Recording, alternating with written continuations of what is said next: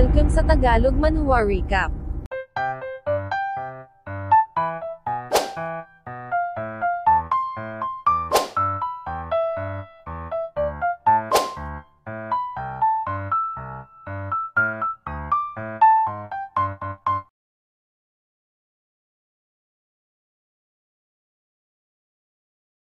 Pagkatapos na mapagtagumpayan ni Dasha ang pagharang sa tatlong moves na nagmula sa Hell Princess ay nagpakilala ang Hell Princess bilang Alanana, siya raw ay ang princess ng Qiyang at disciple ni Grandmaster Zuyin. Nagpakilala rin si Dasha bilang dummy, siya raw ay ang last disciple ni Zongchuk. Hindi na masama sambit naman ni Shin Lang sa kanyang isip ito raw ay isang magandang simula, ang dalawang ito ay talagang match made in heaven.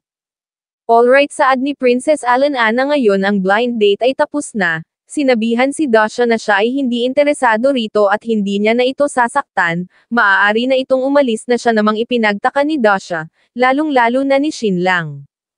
Nagsimulang sumugod si Princess Alanana sumigaw na saan nakakuha ng lakas ng loob ang U-State na patayin ang kanilang mga envoys, mga mandirigma ng Qiyang dagdag niya palipulin ang buong U-State delegation na ito, Shin Lang ito raw ay maghanda ng mamatay. Your Highness, pasigaw na tugon ni Shin Lang, siya raw ay mayroong ability na gamutin ang smallpox at i-rescue ang kaharian nito mula sa sakunang kinasasadlakan nila ngayon. Hatugon naman ni Princess Alanana nagsabing 12-12 na ang nag-claim na kaya nilang gamutin ang smallpox ngunit ang lahat ng mga iyon ay puro mga fraud. Ano talaga raw bang iniisip nitong maloloko siya nito? Pretty boy ito raw ay maghanda ng harapin ang kanyang katapusan.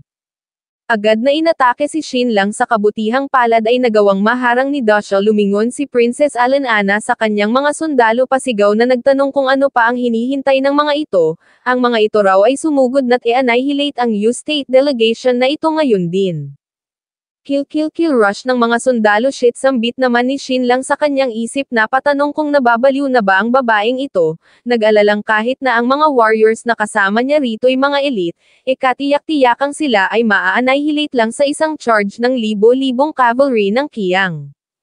Grandmaster, sigaw ni Shin Lang ito na ang tamang oras upang magpakita ito, umano'y kapagka hindi pa ito lumabas ang kanilang mga tao ay mamamatay. Alam niya rong ilang araw na itong sumusunod sa kanila. Damn it, Zongchuk, dagdag pa ni Shin Lang sa kanyang isip, nasaan na raw ba kasi ito, nang biglang dumaan sa kanyang pangamoy ang isang halimuyak, napatanong kung ano ang kakaibang halimuyak na ito. Lumalabas na ito pala ay walang iba kundi si Grandmaster Zuyin, lumapit kay Princess Alunan at sinabihang tumigil. Master Pautal na sambit naman ni Princess Alanana, agad na nagbigay ng utos sa kanyang mga sundalo na tumigil. Kapansin-pansin ang reaksyon ni Shin Lang, napatanong sa kanyang isip kung talaga bang ang babaeng ito ay si Grandmaster Zuyin, umano'y ang boses nito'y napakamalumanay at kabigabighani na tila basimoy ng tagsibol, ang marinig lang ito'y nagdudulot na ng lubos na kalanguan sa kanya.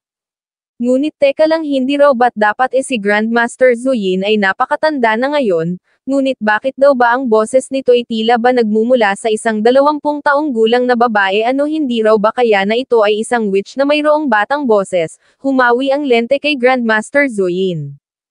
Shin Lang, saad niya, nagtanong kung talaga bang magagamot nito ang smallpox. Hasambit naman ni Shin Lang sa kanyang isip, ito raw ay mukhang hindi isang napakatayog na Grandmaster, ang boses nito'y napaka-friendly. Oo, tugon niya, magagawa niyang magamot ang smallpox at sa pamamagitan nun, makakapagligtas ng hindi mabilang na mga buhay. Napasabi si Grandmaster Zuyin sa kanyang isip na sa ngayon, siya ay wala ng ibang choice kundi ang i-meet ang hari ng Qiyang. Ang sino mang lalaking nakakakita sa tunay na mukha ni Grandmaster Zuyin ay nabibihag, at syempre si Zongchuk maging ang hari ng Qiyang ay hindi exception na siya ring dahilan kung bakit magpahanggang ngayon ay nananatiling single si Zongchuk. Bukod pa doon, si Grandmaster Zuyin rin ay object ng lubos na pag-ibig ng hari ng Qiyang. Alright, saad ni Grandmaster Zuyin, kung ganon, tutungo siya doon upang kausapin ang hari ng Qiyang at sisiguruhing ito ay hindi nun papatayin. Salamat, Divine Aunt, tugon naman ni Shin Lang. Sumagot si Grandmaster Zuyin na ang pasasalamat ay hindi na kailangan, ang kalangitan ay nagpapakita ng habag sa pamamagitan ng paggawad at pagpapalago ng buhay sabay hakbang paalis. Napabuntong hininga si Princess Alanana umano'y ang kanyang master ay umalis nang hindi man lamang binanggit ang kanyang pagkadamay sa sitwasyon na ito, hay siya raw ay nakaiwas mula sa bala sa pagkakataong ito. Agad na bumaling kay Shin lang sumigaw na ni hindi nito kilala ang kanyang master kaya ang kapal naman daw ng mukha nitong iyon ay tawaging aunt, nagpatuloy sa pambubulyaw. Hasambit naman ni Shin lang sa kanyang isip siyang araw ay nagpigil na ng husto sa lagay na iyon, dahil ang totoo gustong-gusto niya iyong tawaging sister. Soldier sigaw ni Princess Alanana sa kanyang mga sundalo palibutan ng mga ito ngayon din ang U-State Envoy ang mga ito'y dakpin at dalhin upang iharap sa hari. Makalipas ang isang araw ay lumipat ang eksena sa palasyo ng Qiang. Habang naglalakad sa hallway kasama si Princess Alanana at Dosha ay napasabi si Shin lang sa kanyang isip na ang atmosphere sa palasyong ito ay talagang napaka-oppressive. Ano raw ba ang meron sa direktang pagpipintura ng ginto sa mga itim na bato mukhang ang mga dingding ang tinutukoy niya. Dad sigaw ni Princess Alanana umano'y yung pretty boy na envoy na nagmula sa U-State ay nandito na, ano gusto raw ba nitong makita ang taong ito o papatayin na lang nila ito? Dumitapik naman ni Shin lang kay Dosha ni hindi raw nito kayang kontrolin ang kanyang asawa, ito raw ay walang tigil sa pag-threaten sa kanya. Alanana malumanay na sambit naman ni Dosha. Ha? Saad ni Shin lang sa kanyang isip okay mukhang si Dosha raw ay nagdurusa mula sa walang kapalit na pag-ibig at kabiguan, mukhang mas maiging wag niya na lang muna itong guluhin. Ilang sandali pa ay sinalubong sila ng isang guard, nagsabing ang hari ng Qiang ay hinihiling ang kanilang presensya sa loob. Thus sila nga ay tumungo na sa main hall ng Qiang Palace. Wow sambit ni Shin lang sa kanyang isip ang main hall ng maliit na state na ito ay kagulat-gulat na mas malaki at mas matayog kaysa sa main hall ng U-State. Agad na nagpaabot ng magalang na pagbati si Shin lang sa hari, nagpakilala bilang envoy na nagmula sa U-State sabay activate sa kanyang eye prowess. Gaya ng narinig niya sambit niya sa kanyang isip, ito raw ay katulad sa mga paglalarawan na kanyang narinig. Idinagdag na ang taong ito ay kasing solid ng isang bundok, hindi na nakakagulat na ito ay mayroong anak na katulad ni Alanana. Sa pamamagitan ng pag-activate sa kanyang eye prowess ay nagawang makita ni Shin lang ang height at edad ng hari ito ay mayroong tangkad na 2.12 meters o kung sa talampakan ay 6'11", habang ang edad naman nito ay 49. Bukod pa doon nagawa ring makita ni Shin lang ang haba ng kanyang manoy. Wow, what a true monster, dagdag niya sa kanyang isip, malamang yung kapatid at anak na babae raw ni Sunan ay nakaramdam ng matinding sakit na maihahalin tulad sa torture nung ito ay nakapatong sa mga iyon. Sa modulated na boses ay sinabi ni Shin lang sa hari na siya ay mayroong kakayahang i-eliminate ang smallpox, i-rescue ang daan-daang libong mga tao nito't sagipin ang Qiang state nito. Sumagot si Haring Alugang na iyon ay hindi na kailangan dahil sa ngayon ay mayroon ng umaasikaso sa problemang iyon, at ang mismong taong iyon ay nagtagumpay sa pagpapagaling sa kanyang pinaka-batang anak na lalaki. Ano sambit ni Shin lang sa kanyang pagkagulantang mayroon na raw bang tumalo sa kanya pagdating sa paggamot sa smallpox, ngunit hindi raw ba't sinabi ni Princess Alanana kahapon na ang lahat ng mga pumunta ay fraud. Idinagdag ni Haring Alugang na si Sunan ay nagpadala ng mensahe sa kanya na ang rason kung bakit yung dosenang mga warriors o yung mga warriors na nagmula sa kanyang state ang rason kung bakit sinunog ng mga iyon ang Sage Temple ng U-State at namatay ay dahil sa scheme nito. Nagtanong kung talaga bang ito ay ang siyang nagdulot sa kamatayan ng kanyang mga warriors, iyon daw ba ay totoo? Ngayon consider daw nitong maging napakamaingat sa kanyang magiging sagot. Ito ay mayroon lamang isang tsansa mula sa buhay at kamatayan.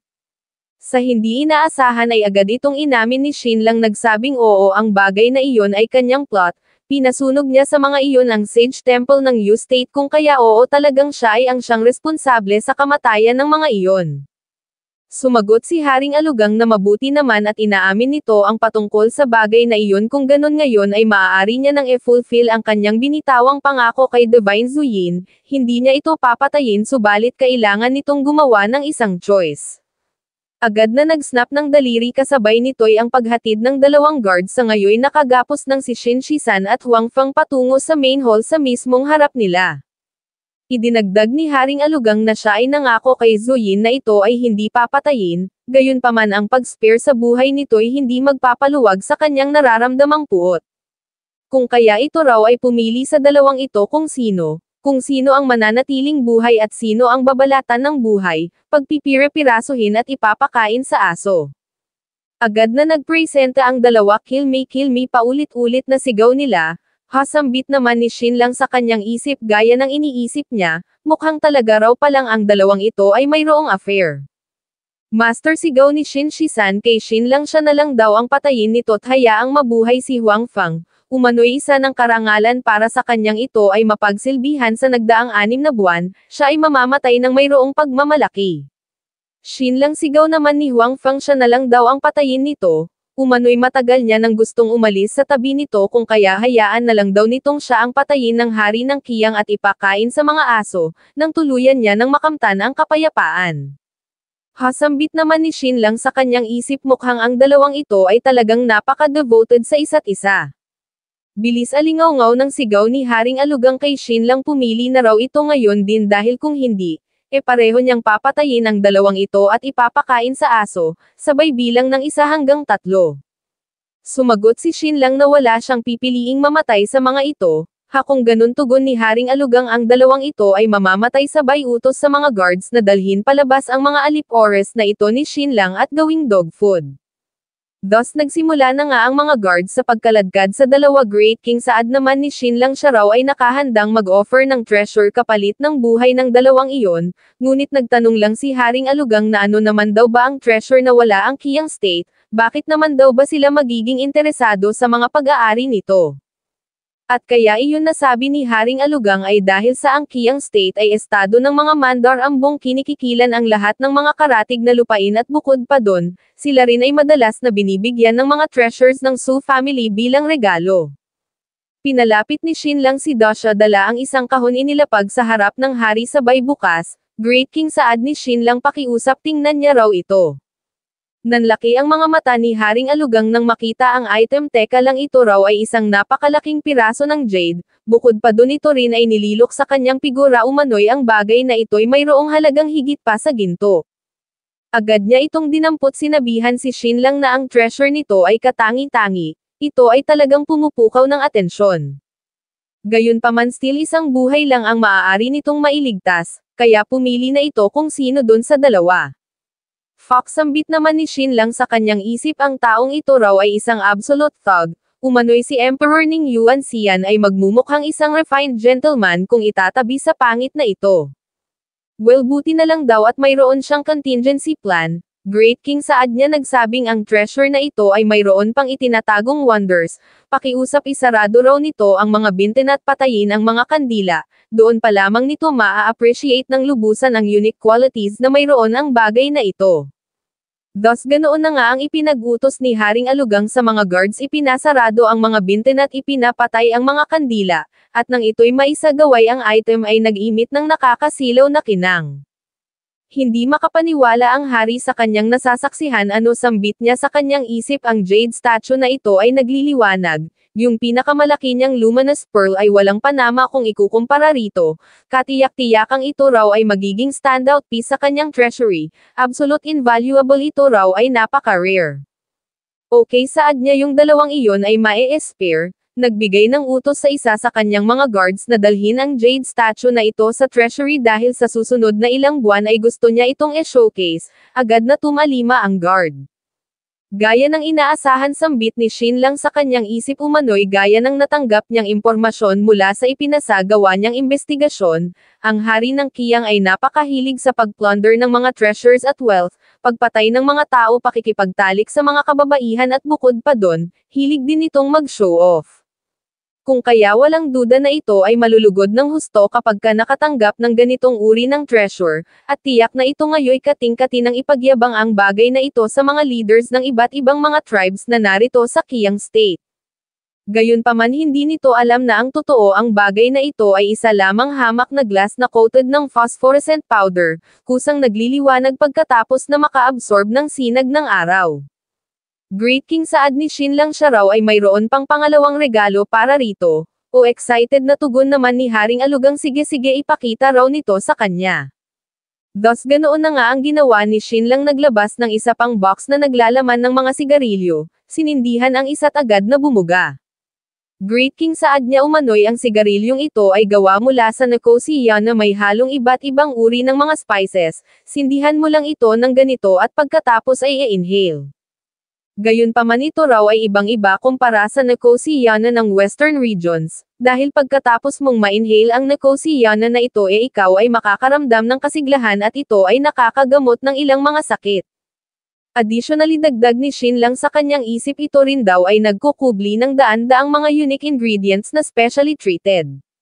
Dumampot ng isang piraso si Haring Alugang inilapit sa butas ng ilong nagsabing ang amoy na ito ay talagang napaka-unique, gayunpaman mayroon pa rin dong nakakahalina sa pagrolyo ng nicosia na sa papel at sa paghitid dito, sabay utos sa mga guards na kunin ang lahat ng mga item na ito. Sambit naman ni Shin lang sa kanyang isip ang hari ng Kiyang ay nananatili pa ring vigilant, sa kabila ng matinding pagnanais nitong langhapin ang bagay na ito ay nagtagumpay sa pagpigil sa kanyang sarili. Well ang lahat daw ng mga regalo ay naibigay niya na, kung kaya ngayon ay oras na upang rumekta sa business. Great King saad niya siya raw ay napaka-skilled pagdating sa medisina at sa kasalukuyang malalang smallpox epidemic na nangyayari rito sa kaharian ng Kiyang na nagdulot na ng hindi mabilang na araw-araw na mga kamatayan, siya ay nakahandang mag-assist sa pagligtas sa mga tao ng Kiyang Kingdom. Sumagot si Haring Alugang na sinabi niya na ritong iyon ay hindi na kailangan, sapagkat mayroon nang naghahandle ukol sa treatment ng smallpox kung kaya ito ay hindi na nila kailangan. Great King sigaw ni Shin lang siya raw ay mangangahas ng sabihing ang taong iyon ay maaaring isang fraud, sa kasamaang palad ay bumaling lang si Haring Alugang. Idinagdag ni Shin lang na ayon sa sinabi nito kanina ang taong iyon ay nagawang magamot ang sakit ng Young Prince tama raw ba?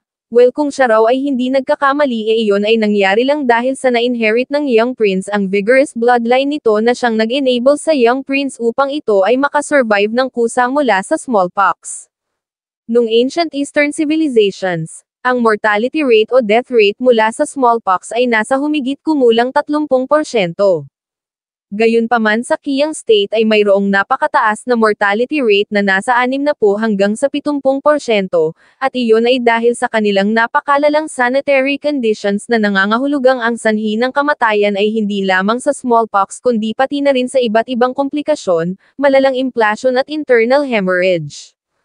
Sinabi ni Shin lang sa kanyang isip na kung tama ang hinala niya, ang tinutukoy ng taong iyon bilang paggamot ay ang simpleng pagpapatulog ng mahimbing sa Young Prince. Dahil hanggat ang Young Prince ay hindi lang magkamot mula sa mga sugat na dulot ng smallpox, iyon ay hindi magkakaroon ng anumang impeksyon at once na matanggal na ang mga langib, ang Little Prince ay makakasurvive. Sinabi ni Haring Alugang na kahit na ano paman, nagawang magamot ng taong iyon ang Young Prince kaya magmula ngayon, iyon ay ang siya ng magiging kanyang royal physician.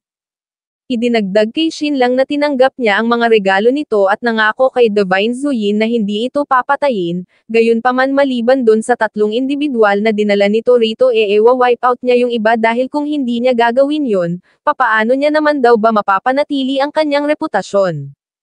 Kung kaya bukas ng tanghali execute niya ang mga iyon sa pamamagitan ng pagpugot at para naman dito, hindi niya ito papatayin subalit hindi niya rin ito hahayaang makaalis ito ay mananatili rito sa Kiyang State bilang isang alipin. Teka lang Your Majesty tugon ni Shin lang natitiyak niya rong yung sinasabing Divine Physician ay isa lamang fraud, kung iyon ay makukumpronta nila ng direkta natitiyak niya rong ma-expose niya ang taong iyon para rito. Sa kasamaang palad ang sinabing ito ni Shin lang ay ikinainis lang ni Haring Alugang isinigaw na ang taong iyon ay kanyang benefactor, umano'y kapag ka ito ay nagpatuloy pa sa pagsasalita ng hindi maganda laban sa taong iyon puputulan niya ito ng dila. Napakover si Shin lang sa kanyang bibig na pasabi sa kanyang isip na mayroong hindi tama rito, umano'y ang hari ng Kiyang na ito ay lubhang napakayabang at makasarili maaaring mayroon pang ibang bagay na involved dito bukod sa paggamot sa Young Prince nang biglang mayroon siyang napansing kakaibang aroma. Lumalabas na dumating pala ang isang ito nagpakilala bilang Zuo Boyo, siya raw ay isang taong nagmula beyond sa realm ng mga ordinaryo. Siya ay nagpaabot ng pagbatit paggalang sa hari, binati niya rin si Shin lang tinawag na Mr. Shin. Talagang isang master sambit naman ni Shin lang sa kanyang isip ito raw ay isang remarkable na tusong manlilin lang. Lumalabas na ang halimuyak pala na iniimit ni Zuo Boyo ay mayroong kaunting pagkakatulad sa halimuyak na nagmumula kay Grandmaster Zoyin na siyang kinahuhumalingan ni Haring Alugang, at ito ang isa sa nakikita ni Xinlang na trick na ginagamit ng taong ito upang malinlang si Haring Alugang. Ngunit teka lang, ang taong ito raw ay somewhat pamilyar, nakapagpa siya si Xinlang na gamitin ang isa sa mga skill ng kanyang eye prowess, which is ang tinatawag niyang intelligent brain. Dito ay natuklasan niyang ang bone structure ni Zuo Boyo ay mayroong malaking pagkakatulad sa bone structure ni Shu Tinggayo ng Yinyuan Bank. Si Shu Tinggayo ay mataba ngunit ang taong ito ay payat, gayunpaman ang kanilang tabas ay mayroong malaking pagkakatulad lalong-lalo na sa matang parte, kung kaya naisip ni Xinlang na maaaring ang taong ito ay either pinsan ni Shu Tinggayo o kaya naman kapatid, subalit, ano raw ba kaya ang sadya ng Yinyuan Bank sa pagpapadala ng taong ito rito sa Kiyang? Mr. Zuo, saad ni Xinlang, narinig niya rong nagawa nitong magamot ang smallpox na nagpapahirap sa young prince ng Kiyang, subalit sumagot si Mr. Zuo na ayaw niyang mangahas na i-take ang credit, umano'y ang lahat ng iyon ay naging posible lang dahil sa biyaya ng kalangitan at swerte ng young prince, siya ay hindi mangangahas na i-claim ang ganoon katinding merit. Sinabi ni Mr. Zuo na ayaw niyang mangahas na i-take ang credit, nagsabing ang paggaling ng young prince ay naging posible lang dahil sa biyaya ng kalangitan at swerte na mayroon ito, siya ay hindi mangangahas na i-claim ang ganoon katinding merit. What an old schemer, sambit naman ni Xinlang sa kanyang isip, umano'y ipinipresente nito ang kanyang sarili ng mayroong matinding humility, kaya kung titingnan, ito ay aloof at walang anumang hinahangad. Talagang ito raw ay isang sophisticated na con artist, napakahusay pagdating sa panloloko. Idinagdag na ayon sa intel na natanggap niya, 2 buwan na ang nakararaan ay nire-raid ng hari ng Kiyang ang western regions, subalit ito ay umuwi bago pa man matapos ang raid.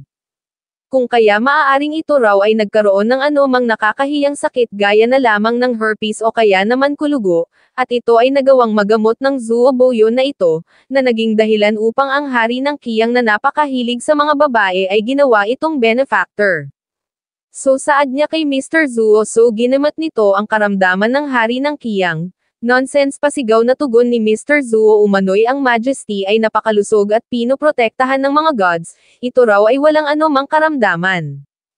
Gayunpaman ito, Mr. Shin, narinig niya rong ito ay napaka-skilled pagdating sa mga lason. Umano'y narinig niyang minsan na nitong nilason at pinatay ang daan-daang count ng Jingan household at gumamit ng mga sinister plots upang patayin ang libo-libong mga pirata na nasa ilalim ng pamumuno ni Qiu Tianwei, ito raw ay walang anumang moral boundary.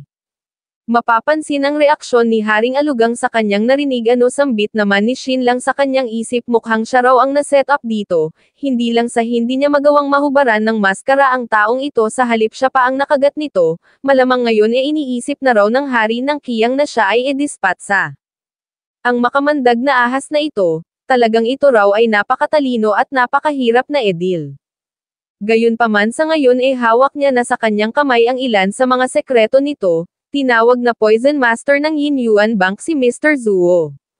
Hari ng Kiyang, saad niya, nagsabing ang Taoist priest na Zuo Boyo na ito'y inakit ang asawa nito't ito ay pinindiho, pakiusap pagputol-putulin niya raw ito't ipakain sa mga aso.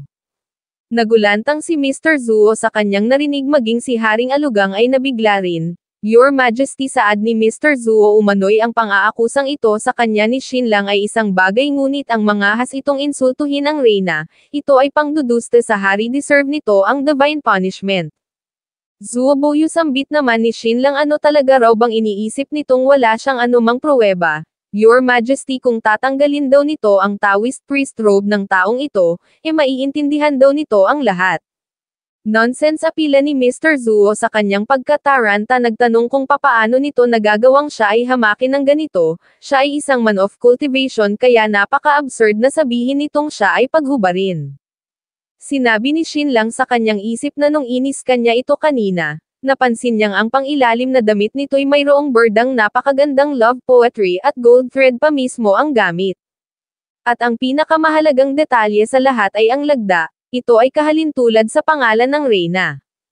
At dito nga sa perspective ni Shin lang ay makikita ang lagda ng nagngangalang yan, sa itaas ay isang love poetry na nagsasabing sa buhay ako ay babalik ng may init ng tag-araw, sa kamatayan ako'y mananatili sa iyong pananabik.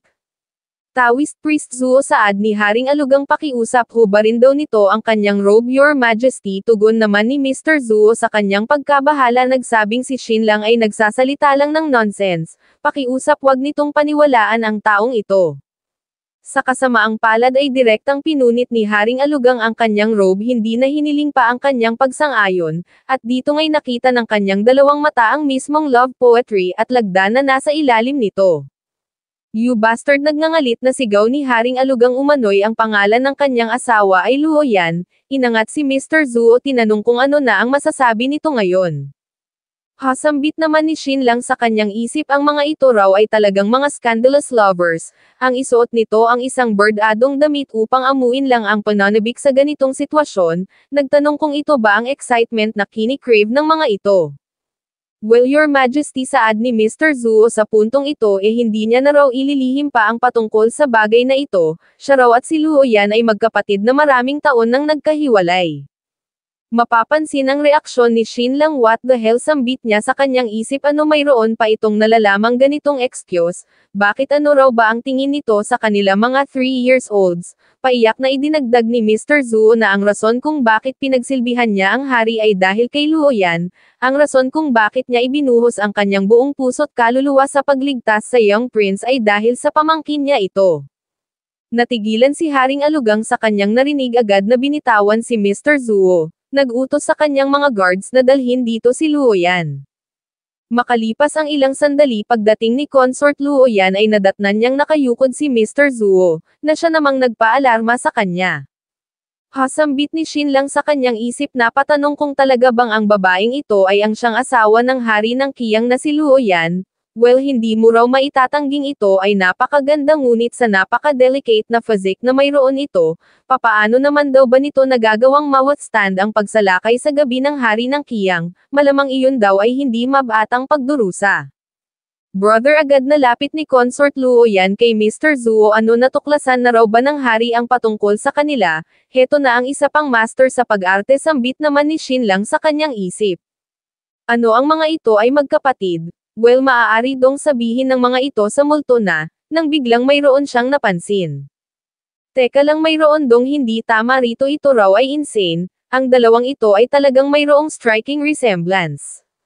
Dahil umano'y kahit na ang facial features ng mga ito'y magkaiba, ang bone structures naman ng mga ito ay mayroong malaking pagkakatulad mukhang ang mga ito raw ay magpinsan. So ang ibig sabihin daw ba nito si Consort Luo Yan ay member din ng Yin Yuan Bank, subalit maliwanag daw na sinasabi sa mga records na si Luo Yan ay isang beauty na nabihag sa kasagsagan ng ginawang pag-raid ng hari ng Qiyang abroad. Ano ito raw ba ay isang scheme na orchestrated ng Yin Yuan Bank, kung ganun ang strategic planning skills daw pala na tinataglay ng Yin Yuan Bank ay lubhang nakakatakot.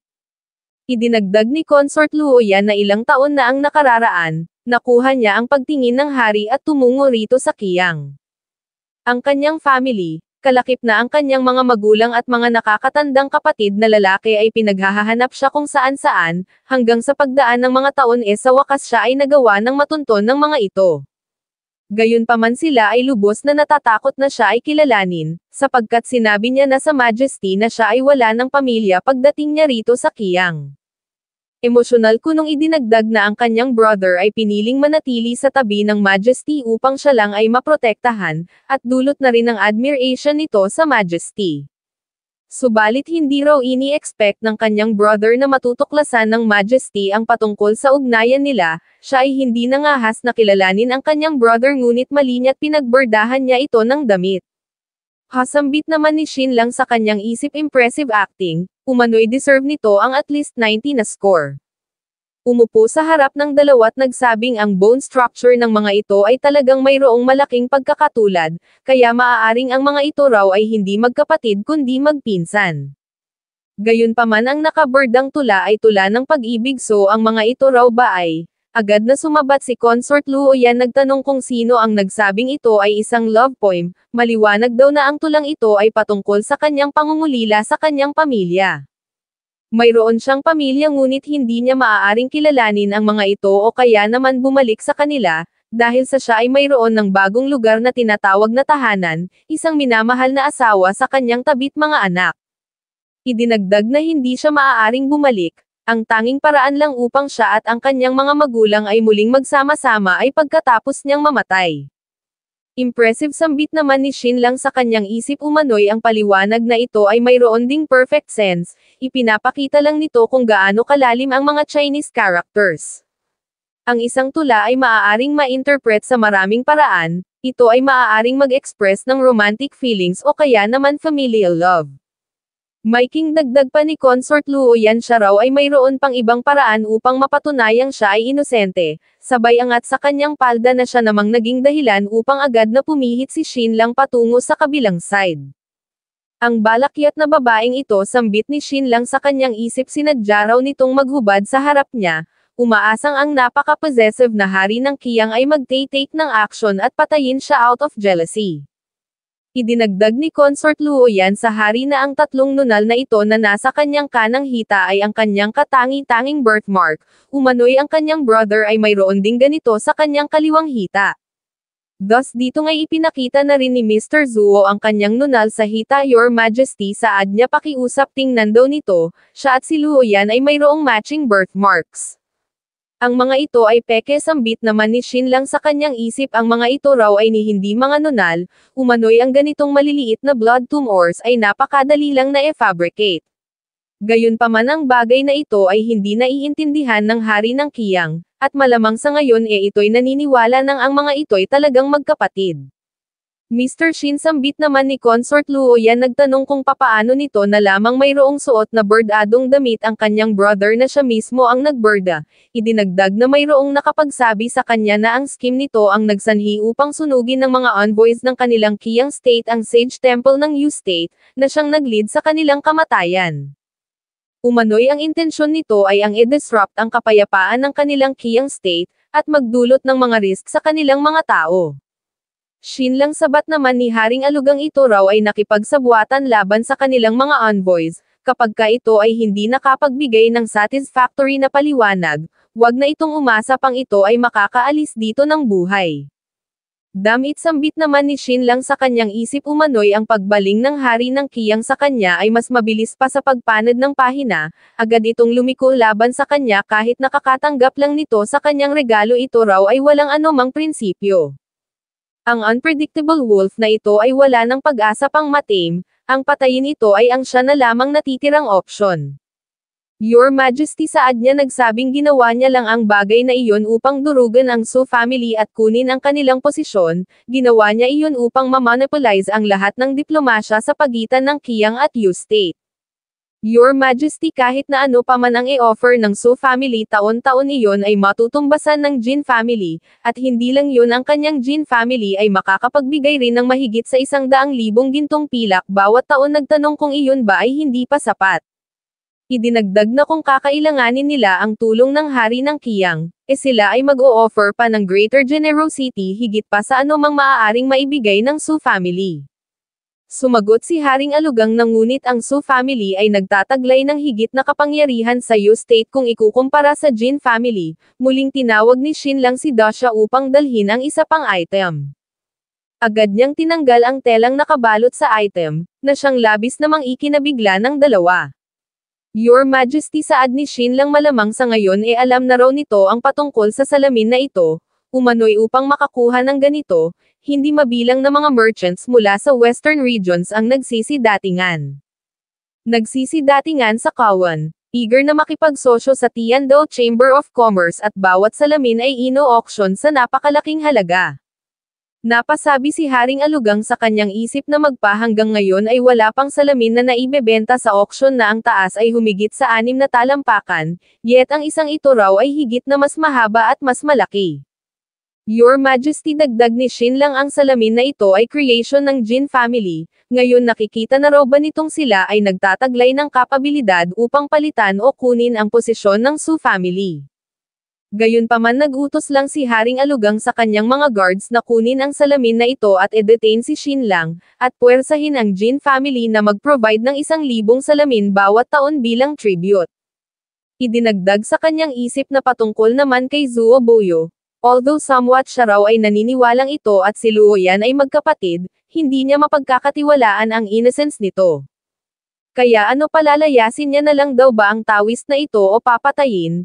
Your Majesty, apila naman ni Mr. Zuo umano'y hindi mahalaga kung palayasin man siya nito, ngunit kung ganoon nga, what if mayroon na namang member ng royal family ang magka-smallpox, sino ang magliligtas sa kanila sa puntong iyon?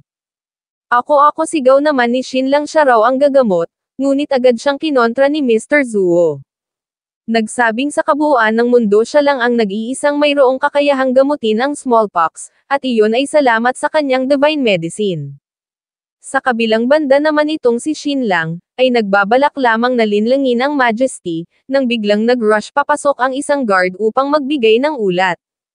Bad news, sigaw niya, Your Majesty, ang third prince na si Aluhan ay nakadevelop ng pox at nagko-contract patungo sa smallpox, na siya namang ikinaalarma ng hari at reyna, ngunit mas ikinaalarma ng hari nang marinig na maging si Princess Alanana ay na-infect din.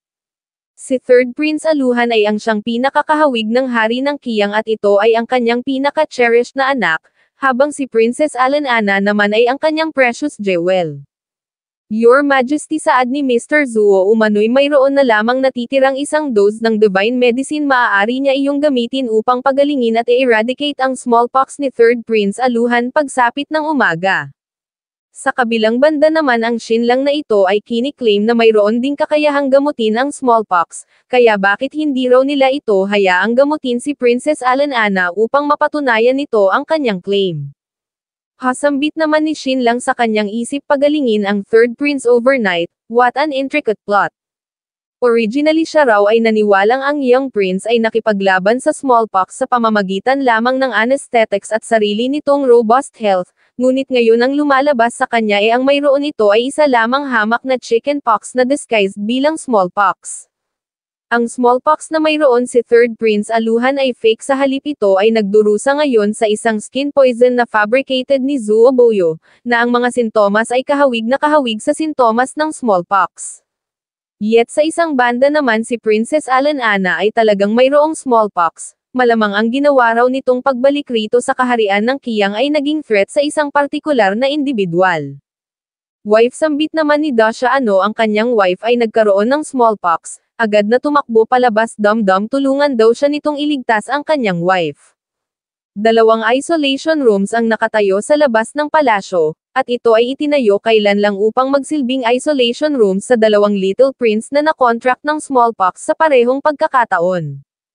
Ang 2 silyadong mga isolation rooms na ito ay gawa sa mga wooden boards, walang mga patlang, at ni ang mga ito'y walang mga bintana sapagkat ang mga pasyente ay hindi maaaring ma-expose sa hangin. Sinamahan ng hari si Xinlang patungo sa isolation room ni Princess Alanana at pagbukas niya ng pinto, si Dasha ay nasa loob na tinitingnan ang kalagayan ng sinasabi niyang asawa. Hasambit ni Xinlang sa kanyang isip, tama ang hinala niya, talagang ito ay isang smallpox, habang sinasabihan naman ni Princess Alanana si Dasha na lumabas sa silid na ito ngayon din. Wife, saad ni Dasha, ito raw ay wag matakot, sapagkat si Dum-Dum ay napaka-skilled kaya tiyak na ito ay may iligtas nun. Gayunpaman nagtanong lang si Princess Alanana kung nababaliw na ba ito, ito raw ba ay hindi natatakot sa smallpox, ang lahat ay lumalayo sa kanya yet ito ay lapit ng lapit. Wife, saad ni Dasha, wag daw itong mag-alala, wag itong matakot. Ang full na ito, sambit naman ni Princess Alanana sa kanyang isip, ngunit hindi maiwasang mag-blush. Inilapat niya ang kanyang kanang kamay sa kaliwang kamay ni Dasha na nakatuon sa kanyang kaliwang balikat, nagsabing kapag ka ito ay na-infect din huwag siya nitong sisisihin. Hasambit naman ni Xinlang sa kanyang isip habang pinagmamasdan ang dalawa, ang ginagawa raw ni Dummy ay napakahusay, ang match na ito ay mukhang talagang maaaring gumana. Ngunit si Dummy ay talagang hindi natatakot sa smallpox, sapagkat binigyan niya na ito ng cowpox bilang vaccine. Humakbang siya palayo sa isolation room ni Princess Alanana Maiking saad ni Mr. Zuo siya raw ay nakahandang magbitaw ng military pledge, umano'y kapag ka nagawa niyang magamot si Third Prince Aluhan hanggang bukas ng umaga pakiusap hayaan siya nitong manatili upang protektahan ang royal family. Samantala kung siya naman ay hindi magtagumpay sa paggamot kay Third Prince Aluhan, maaari siya nitong i-execute sa kahit na anong gusto nitong paraan.